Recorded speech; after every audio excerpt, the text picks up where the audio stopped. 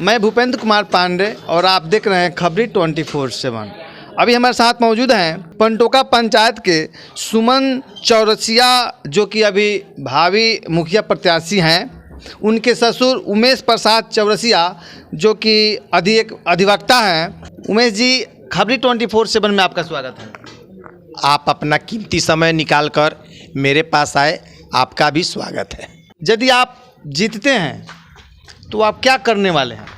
हम पंटोका पंचायत के लिए बहुत कुछ सोच कर रखे हुए हैं, इसलिए कि मैं पिछले 21 वर्षों से इस पंचायत में अपना योगदान दे रहा हूं।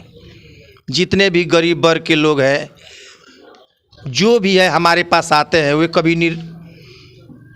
कभी भी निराश होकर नहीं गए हैं।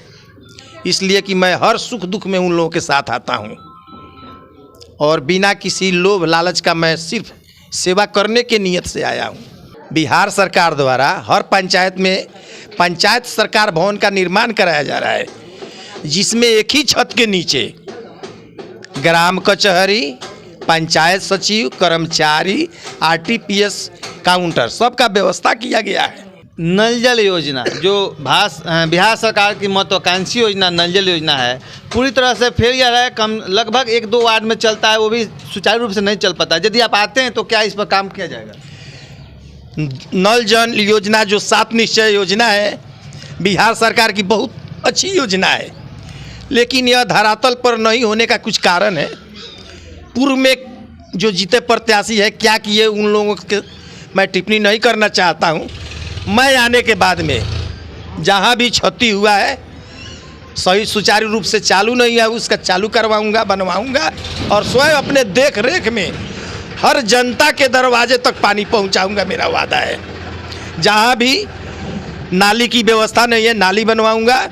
आपके पंचायत में एक अतिरिक्त स्वास्थ्य केंद्र है जो ऐसे ही पड़ा हुआ है, तो क्या यदि आप आते हैं तो यहाँ के पब्लिक को उसमें इलाज होगा?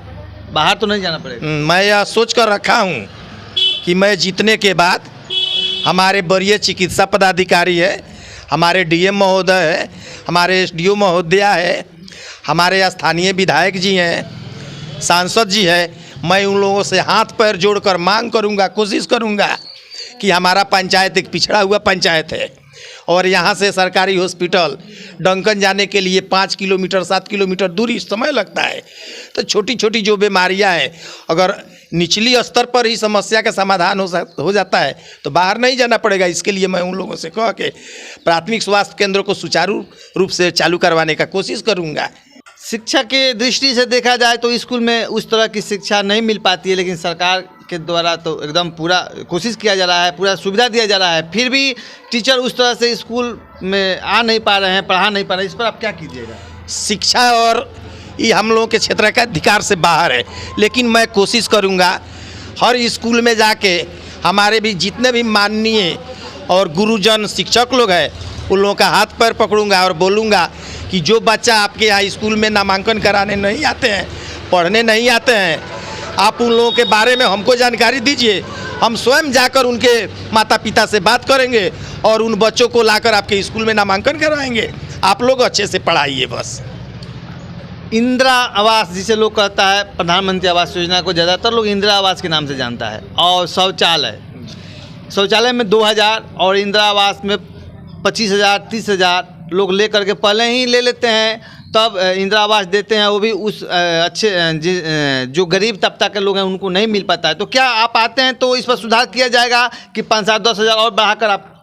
हम जीतने के बाद में आज आपसे वादा करते हैं कि एक भी जनता, एक भी पंचायत की जनता बोल दे कि अगर इंदिरा आवास में 5 रुपया उमेश जी लिए है, नहीं उमेश जी नहीं लेंगे, मुखिया जी लोग नहीं लेते, बिचौलिया लेते हैं। जो भी बिचौलिए लेते हैं हमारे शासन में वो सदा समाप्त हो जाएगा।